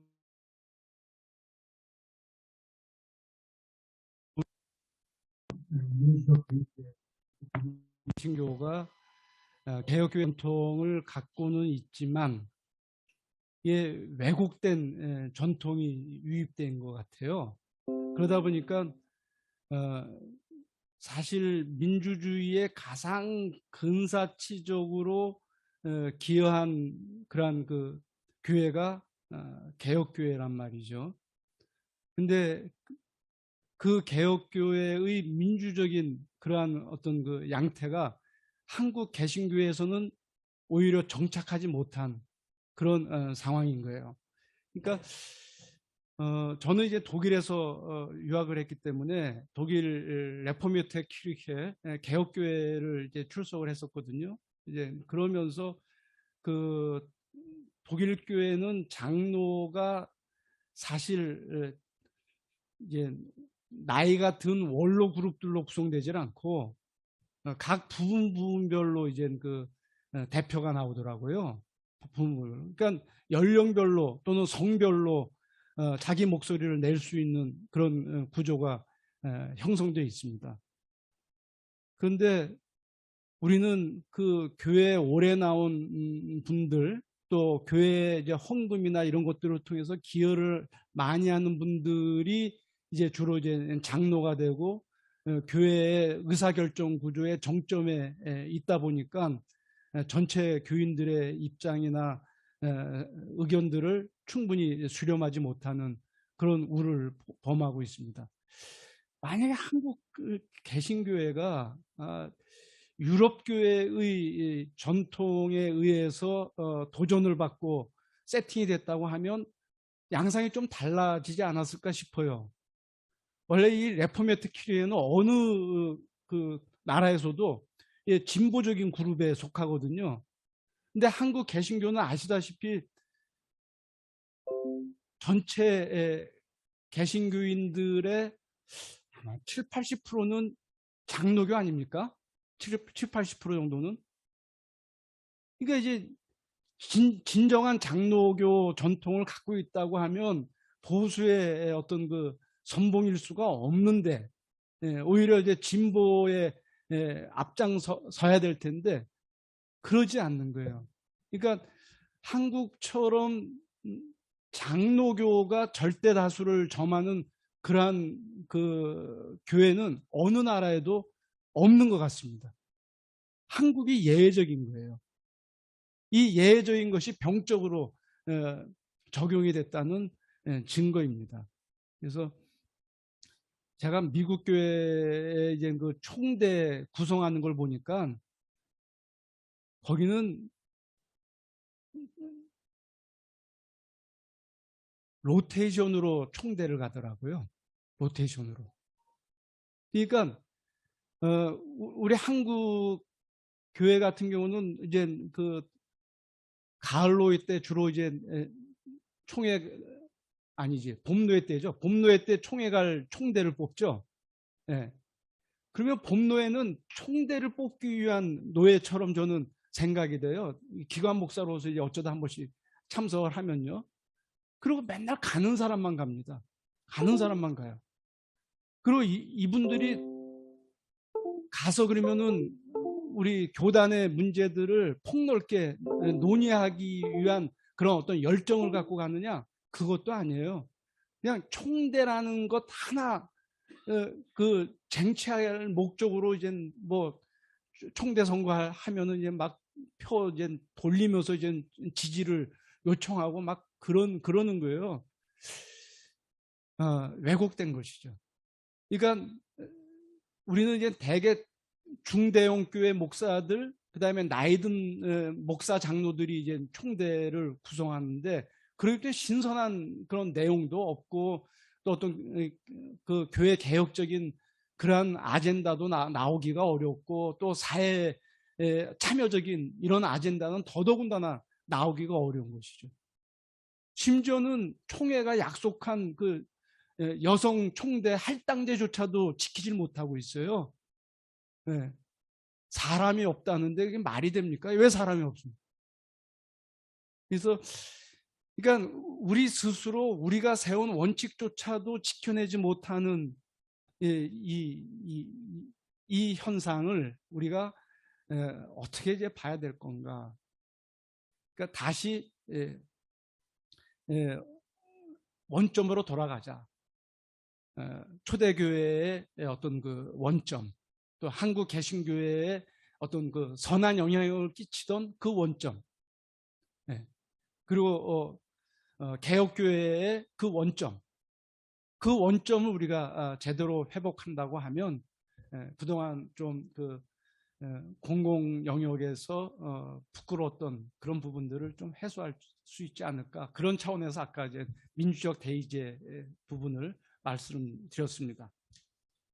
그리고 또 이제 우리 목사님 그 비탄감 운동하시는 목사님, 목사님의 말씀에 저도 전적으로 이제 동의합니다. 그러니까 신앙은 삶인 것이죠. 신앙은 삶입니다. 그러니까 우리가 믿음이라고 할 때 믿음은 이미 행함을 전제한 행함의 믿음입니다. 행함의 믿음. 행함이 없는 믿음은 죽은 믿음이라고 야고보서에서도 이야기하고 있지 않습니까? 그러니까 그 오직 믿음이라고 할 때 이 오직 믿음은 주는 그리스도이시여 살아계신 하나님의 아들입니다. 입으로 뻥끗하면 그게 믿음의 완성입니까? 아니죠. 그거는 예수 그리스도와 관계를 설정하는 출발선입니다. 그게 그 마지막 데드라인, 그 종료 지점이 아닌 것이죠. 그런데 우리는 그걸 왜곡하고 있는 것 같아요. 그러니까 예수 그리스도와 관계를 형성하면 그 순간부터는 이제 예수 그리스도가 나의 주님이 되고 그분을 따르는 삶이 동반이 되었을 때 비로소 그리스도인이다, 이렇게 말할 수가 있는 것인데, 우리는 예수를 내 입속에만 주님으로 고백하는 것으로 끝내버리는 것이죠. 그리고는 주님이 나의 주님이 아니고 사실은 주님을 내 종으로 삼아요. 이게 주객이 전도돼 버린 그런 상황인데, 그런 점에서 믿음은 행함의 믿음이라는 것. 그렇다면은 내 삶의 구체적인 현장 속에서 믿음을 어떻게 삶으로 표현해낼 것이냐, 내가 어떻게 예수를 따름으로써 작은 예수의 삶을 살아낼 것이냐, 이게 이제 우리의 구체적인 과제고, 그런 어떤 그리스도인들에게 목회자들은 그런 도전을 끊임없이 해야 되지 않겠는가. 네. 예, 이런 말씀을 드리고 싶습니다. 저희가 예. 이 오늘 포럼 주제를 정할 때 우리가 강화문에 이제 정광훈 목사를 비롯해서 태극기 집회 얘기가 많이 나왔었어요. 그래서 태극기 집회에 모인 사람들이 정말 우리 개신교의 일부, 아주 일부가 아니라 사실은 어떻게 보면 전국에서 막 올라오고 강화문에 그렇게 모였었잖아요. 그리고 제 주변에서도 보면 우리 그 목사님들 중에서도 아까 가짜 뉴스 얘기하셨는데 우리나라의 뭐 정치적인 거라든가 뭐 그런 이제 것에 대해서 가짜 뉴스들을 이렇게 계속 퍼나르고 막 보내고, 그것 때문에 사실 서로 갈등하고 그거에 의견이 있으면 막 계속 부딪히고 이런 경우들이 너무나 많거든요. 그래서 이제 그런 부분에 대해서 이런 이제 뭐 진보라면 진보, 보수라면 보수로 이렇게 갈라져서 정말 집안에서, 가정에서 그런 정치 얘기 하지 말라는 얘기가 나올 정도로 이런 상황에 있는데, 이 문제를 과연 어떻게 우리가 그런 이제 가짜 뉴스를 이렇게 퍼나르는 그런 교회의 그런 집단이라면 집단, 그런 부분에 대해서 우리가 어떻게 좀 대응을 할 수 있을지, 그런 가짜 뉴스에 대해서 그것을 좀 질문하고 싶습니다. 안녕하십니까, 우성구입니다. 기독교 도시민 선교협의회인데요. 그 말씀을 들으면서 그 사마리아인 정신, 굉장히 그런 접근들이 좀 필요하다는 생각이 들었고, 이런저런 얘기 말씀 들으면서 이제 좋은 인사이트를 얻었는데요. 제가 이제 정치적 보수화 얘기를 하면 주로 우리가 얘기 많이 하는 것이 이제 광화문, 태극기, 나이 드신 분들의 이제 그런 보수화 경향성을 얘기하는데, 지금 이제 최근에 이제 또 다른 보수화의 경향이 젊은이들에 나타나고 있다. 이제 뭐 오늘 뉴스도 나왔는데 신천지라는 데가 사실은 젊은이들이 엄청 또 많이 가는 것이고, 그러니까 종교적 보수화보다 더 많이 이제 젊은이들이 가서 심지어 세대 포위를 한다 뭐 이런 얘기까지 할 정도로 보수화의 경향성이 이제 고루한 과거의 신앙인 집단에서 일어나는 것이 아니라 지금 젊은이들에게도 탈교회화하기도 하지만 교회 내에서 청년들도 보수화되고 있다. 이 지점들에 대한 또 이제 교수님의 원인 혹은 이건 어떻게 해야 되는 것이냐. 그러니까 이제 뭐 나눔 정신을 하고 또 우리가 이렇게 하면 되는데, 실제로 그것은 그 기득권에 대한, 과거에 지금 450 세대들 또 민주화 운동 세대들이 기득권이라고 하는, 그게 또 다른 선전에 의해서, 선동에 의해서 그런 생각을 갖게 되기도 하지만 실제로 느끼는 것이 자기들의 박탈감들이 되게 있는 것 같아요. 이런 지점들에 대해서는 우리 개신교가 어떻게, 교회가 어떻게 답해야 되는가, 이런 것이 좀 궁금하고 교수님 생각 듣고 싶습니다. 신천지가 이번에 윤 후보 쪽으로 그냥 집단적으로 들어가서 뒤에서 활동하고 있는데, 그게 주로 20대, 30대가 많다는 거하고 연결되네요. 그러니까 그런 부분 참 심각한 사회 현상인 것 같고 교회적 현상인 것 같습니다. 예, 그 두 분 목사님 또 귀한 질문해 주셔서 고맙습니다. 먼저 그 가짜 뉴스 부분 이제 아까 사실은 제가 이 부분을 슬라이드 하나를 빼먹었습니다. 그게 이제 그 가짜 뉴스 부분이었는데요. 지금 한국 개신교회가 가짜 뉴스의 전달자 역할만 하는 것이 아닙니다. 생산자 역할도 같이 하고 있어요. 근데 이게 한국 개신교의 내부만의 어떤 그 상황으로 제한되는 게 아니고요. 외부 정치적인 집단과 상당히 결합되어 있습니다. 그래서 이 가짜 뉴스를 생산하고 전달하는 이 개신교 세력에 대해서 외부 정치 집단에서의 금전적인 지원과 구조적인 그 지원이 결합되어 있어요. 심지어 문재인 정권에서는 뭐 그럴 일이 없겠지만요. 박근혜 정권에서도 정부에서도 안기부를 통해서 이게 돈이 국정원이에요. 지금은 국정원에서 일정 부분의 돈이 전달되는 그런 어떤 그 부분이 있었다고 합니다. 뭐 제가 그 현장을 뭐 직접 눈으로 목격한 건 아니지만은 자료를 읽다 보니까 그런 자료들이 도출되더라고요. 그러니까 아까 말씀드렸듯이 이 개신교 인사들의 어떤 그 정치적인 욕망이 그 안에 이제 그 잠재해 있고요. 정광훈이를 비롯해서. 그리고 거기에는 금전적인 그런 어떤 그 욕망도 같이 담겨져 있는 것 같습니다. 돈이 만약에 없다 그러면 그렇게 또 몰려들지도 않아요. 예. 지금 정치 세력들, 극우 정치 세력들이 왜 지금 윤석열을 중심으로 해서 똑바리들처럼 몰려드느냐? 그게 이제 돈이 된다고 보는 거 아닙니까? 권력을 잡으면 그게 곧 권력 자체로 끝나는 것이 아니고 굉장한 어떤 그 부를 획득할 수 있는 기회로 보기 때문에 몰려드는 것입니다. 그래서 이런 어떤 그 예수께서는 분명히 우리에게 이해할 것은 이해하고 아니요할 것은 아니요하라 이렇게 말씀하셨음에도 불구하고 예해야 할 것을 아니요라고 하고 아니요해야 할 것을 예라고 하는 이 한국 개신교의 이 극우 목사들의 행태는 사실상 적그리스도의 모습이라고 말할 수밖에 없습니다. 그건 적그리스도예요. 적그리스도. 그래서 왜 그런 적그리스도들이 드러나는지에 대해서 우리가 분명히 인식하는 것, 이게 이제 차단하는 한 방법일 수 있겠다, 이런 말씀을 드리고 싶고요.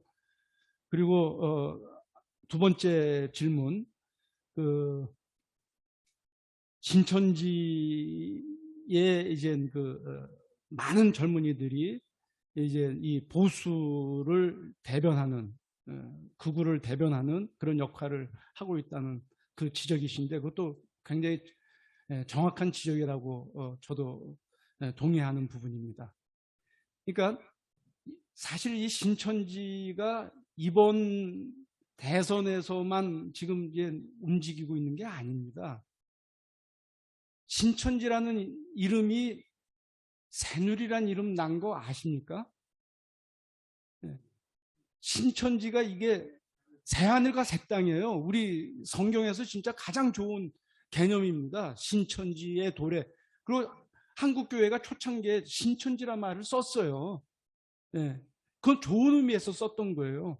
근데 이 사이비 이단이 이 신천지를 독점을 해버린 겁니다. 그래서 지금은 우리가 교회 안에서 이 좋은 말을 잃어버렸어요. 근데 이 사이비 집단들이 살아남는 방식은 이 보수 정권, 특히 이제 정당하지 않은 이 군사 정권, 독재 정권과의 야합 속에서 살아남는 거거든요. 네. 이게 우리 한국 역사가 보여주는 겁니다. 통일교가 왜 이렇게 세계적인 그러한 어떤 그 사이비 이단으로 자리를 잡았습니까?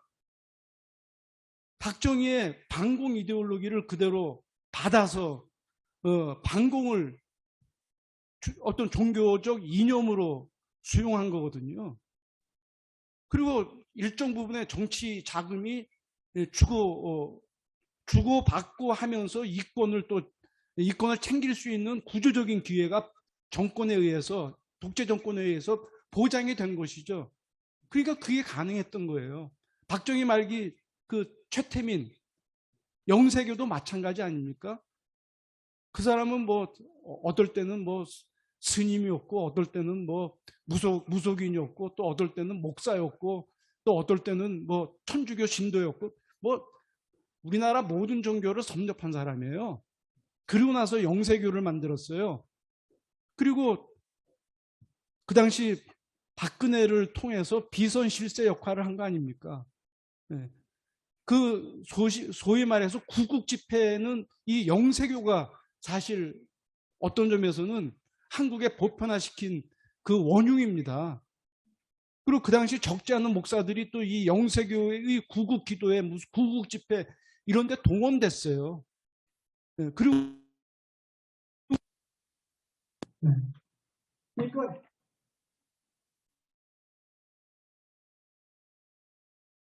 적지 않은 사람들이 또 알고 있어요. 네. 당명까지도 신천지의 제안 속에서 주어졌다는 이야기도 있습니다. 새누리라는 이름이, 그게 이제 신천지의 다른 이름이잖아요. 네. 그러니까 이 사이비 이단일수록 자기가 살아남기 위한 방법이 두 가지입니다. 하나는 정통에서 인정을 받는 건데, 정통에서 인정받기가 어렵잖아요. 그러니까 정권과 야합을 해요. 그래서 정치 자금을 일정 부분 대줄 뿐만 아니라 선거에 직접적으로 동원이 됩니다. 그리고 이 신도들은 교주 한마디면은 뭐 상당한 그 파급 영향력이 있잖아요. 그러니까 바로바로 동원이 되는 거예요. 바로바로. 그러니까 이 정치인들이 이 사이비 이단과 사실은 접촉 안 하는 정치인이 과연 있을까 할 정도예요.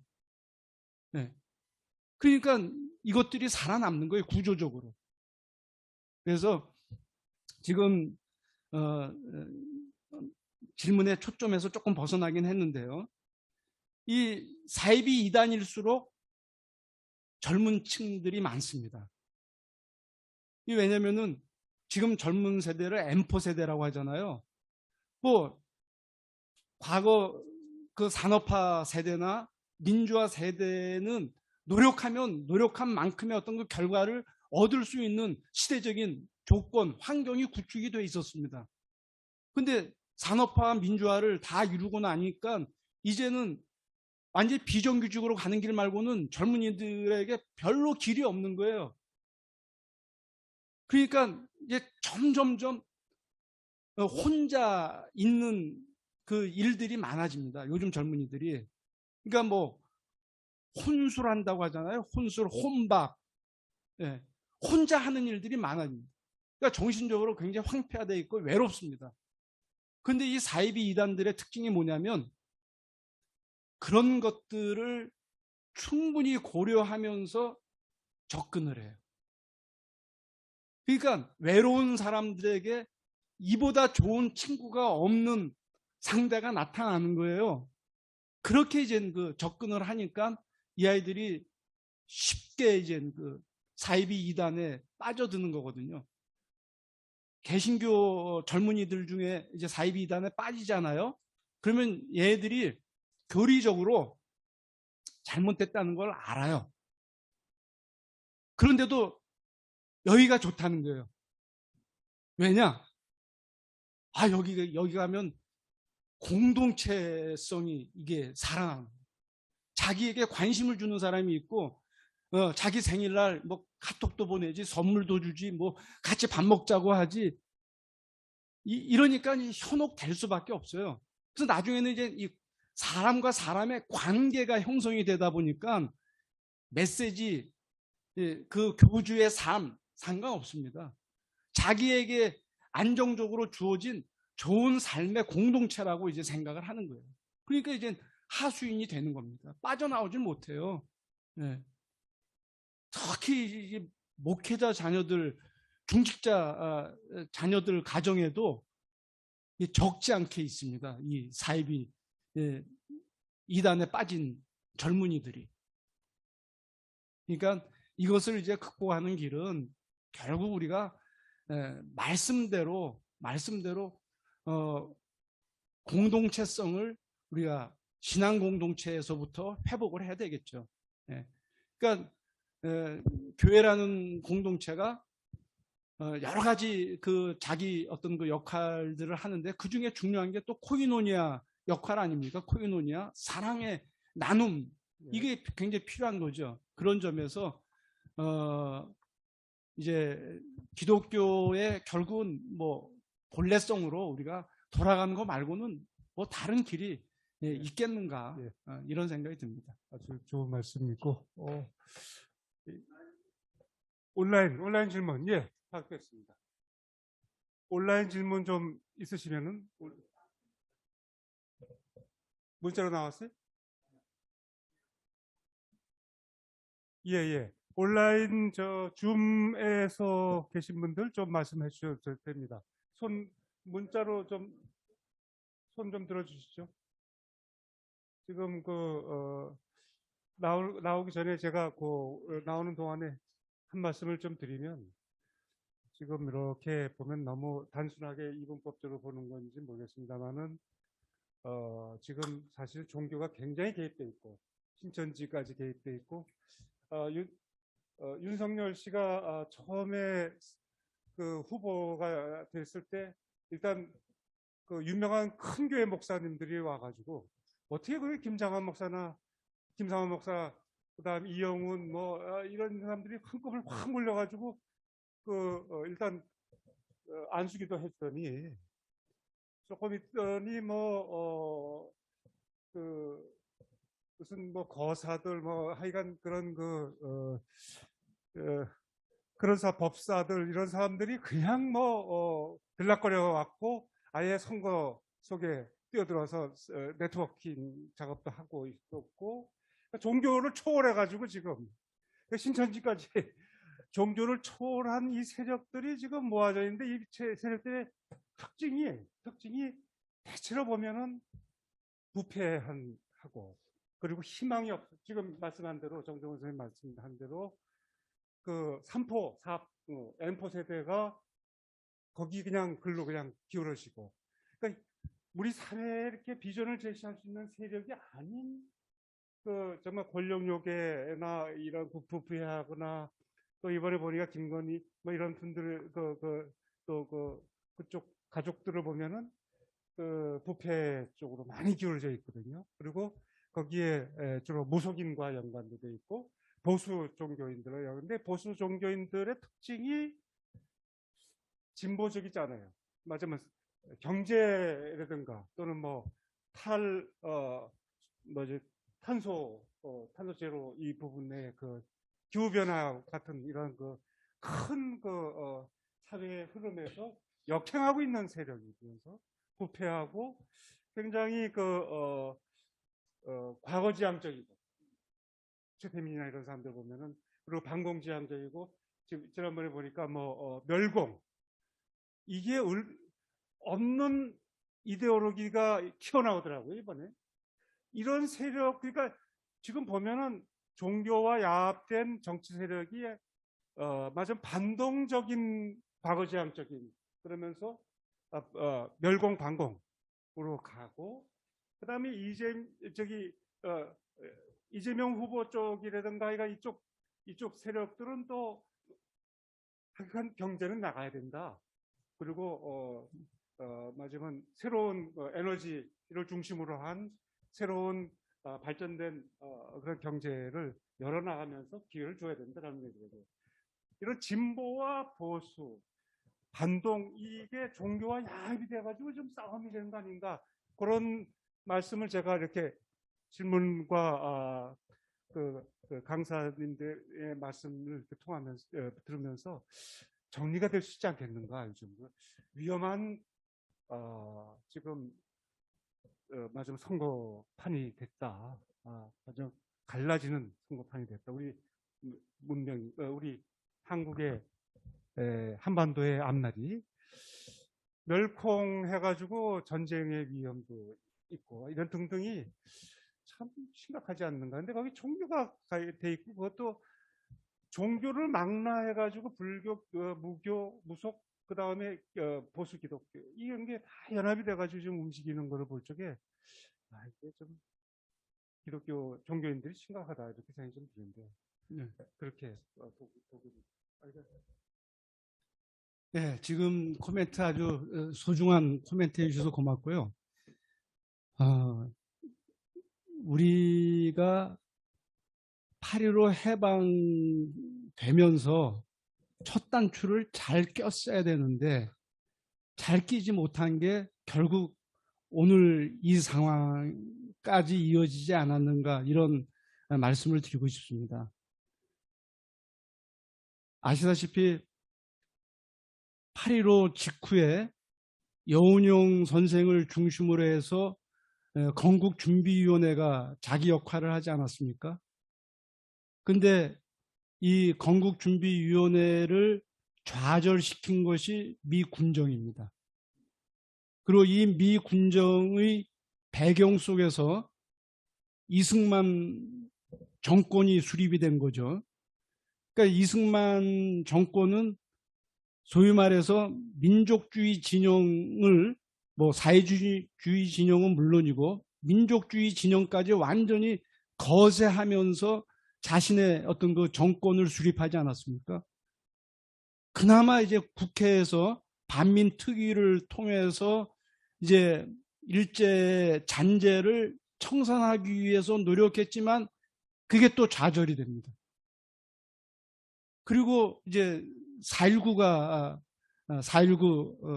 혁명이 있었는데 4.19 혁명에서 또 새롭게 우리 민족 정기를 세울 수 있는 어떤 그 노력을 했음에도 불구하고 5.16 군사 쿠데타로 인해서 다시 또 좌절이 됩니다. 다시 좌절이 돼요. 12.6을 통해서 다시 한번 또 전환할 수 있는 기회가 주어졌는데 12.12와 5.18 진압을 통해서 다시 또 좌절이 됩니다. 근데 이제 1987년 우리가 6.29를 끌어내지 않았습니까?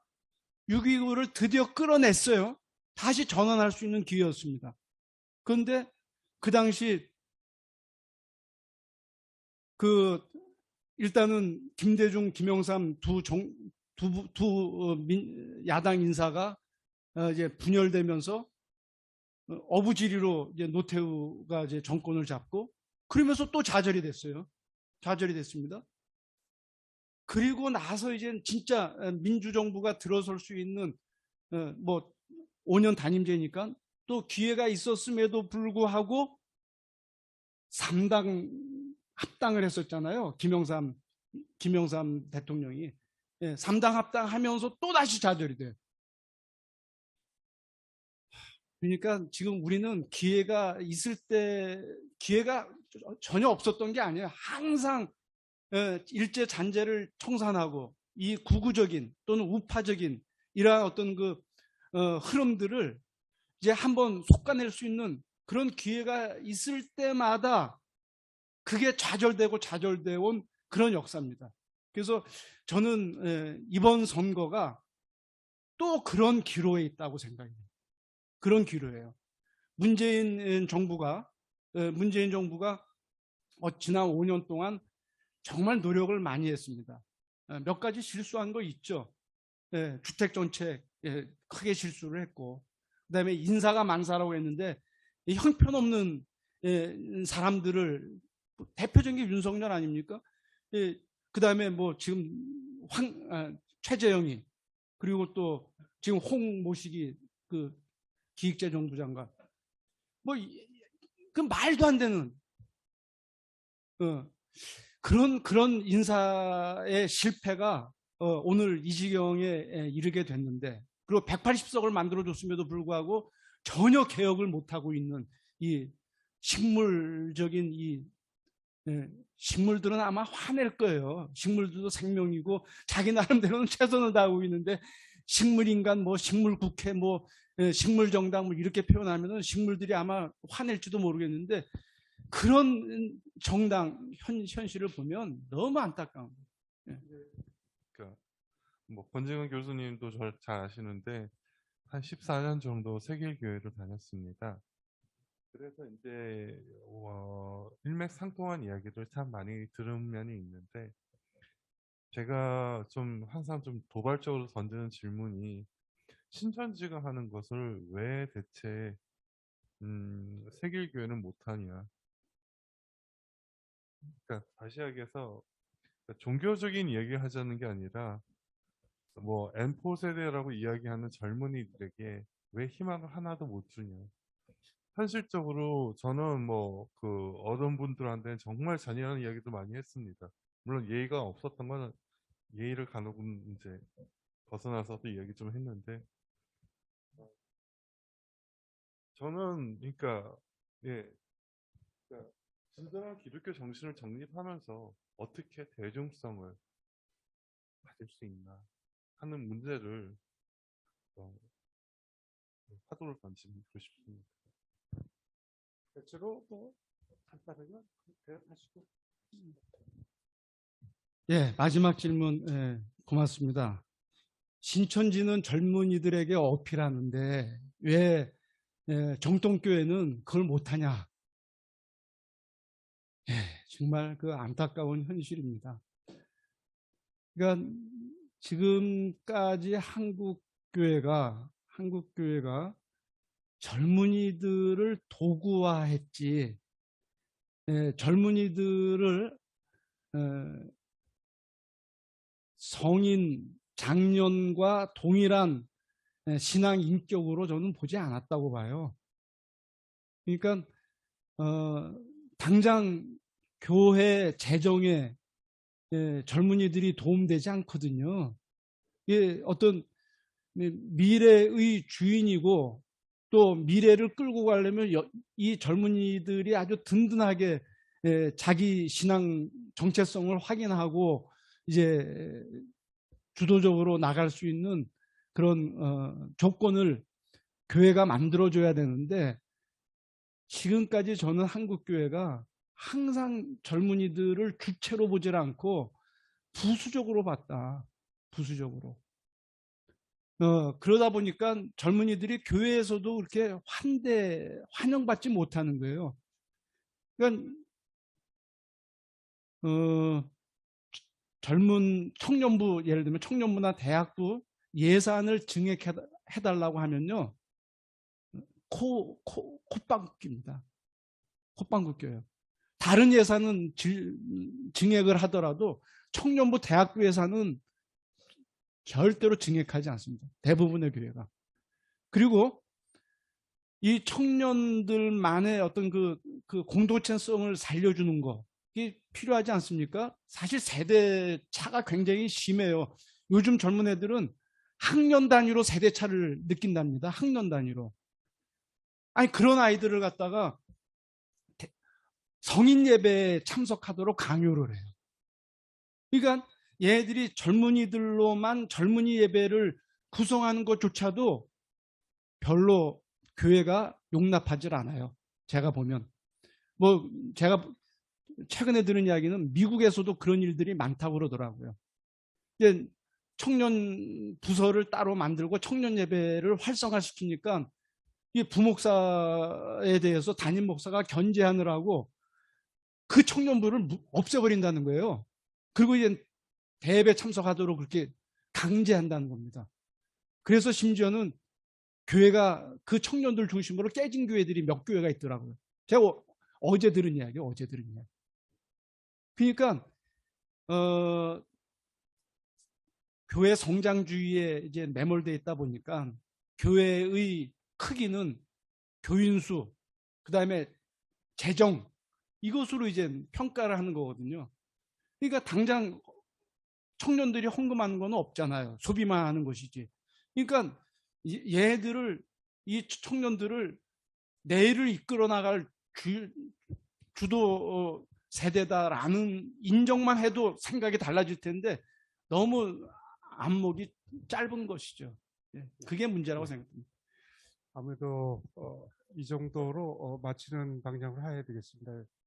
10시 다 됐고 보통 2시간이 아주 맥시멈인데 이제 1시간 반 정도 마치려고 했는데 오늘 정종훈 교수님 아주 디테일하게 한국교회의 재현상 역사적으로 그리고 사회적으로 다 분석을 해 주셨습니다. 그래서 아주 우리에게 많은 생각을 할 수 있는 거리를 던져주셨고 앞으로의 방향도 잘 제시했다고 생각합니다. 다시 한번 감사드리고 오늘 여기까지 마치도록 하겠습니다. 박수. 예, 감사합니다.